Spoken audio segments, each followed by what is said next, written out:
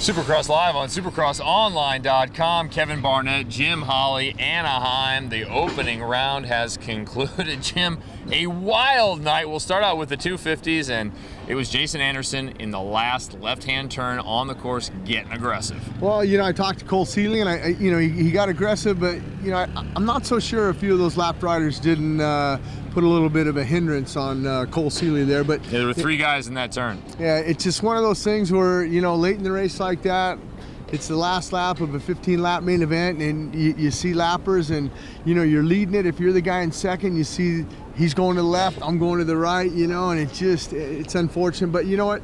Cole Seeley's in a good spot. I mean, it's not a bad way to start out the championship.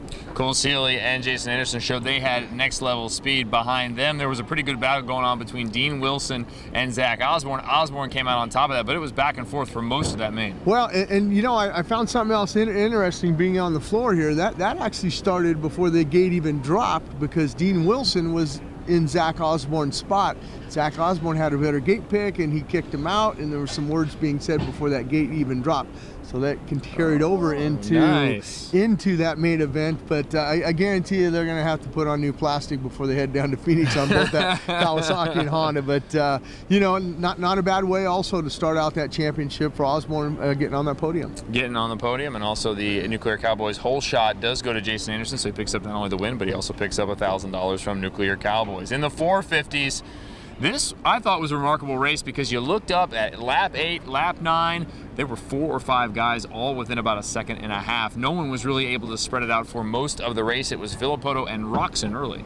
Yeah, and Villopoto, I asked Kenny Roxon, after that win, I said, hey man, this was probably just like a practice day at you guys, 1 and 2 out there. He said, yeah, and then unfortunately Villopoto lost the front end there and just kind of low-sided it. But, he collected an extra $1,500 from Nuclear Cowboys for that whole shot. But, I was more impressed with James Stewart. He was buried in the back of the pack. He had the speed. He came up and definitely had it, and Barsha was back there, but Barsha didn't materialize. And, it's just unfortunate in lap 16 that the Whoops got a hold of James Stewart. But these guys were pushing it tonight out here. And how about Chad Reed on the podium there? He must have made that right choice with that Kawasaki and stuff. But he's not happy with that bike, and we're going on to Phoenix next week. He's never won down there in Phoenix in the 450 class. So all the contenders we thought at the beginning of the year were going to be a factor, they certainly were here in the opening round. And I just wonder how long till Ken Roxon gets his eviction notice from Ryan Villopoto after a win here.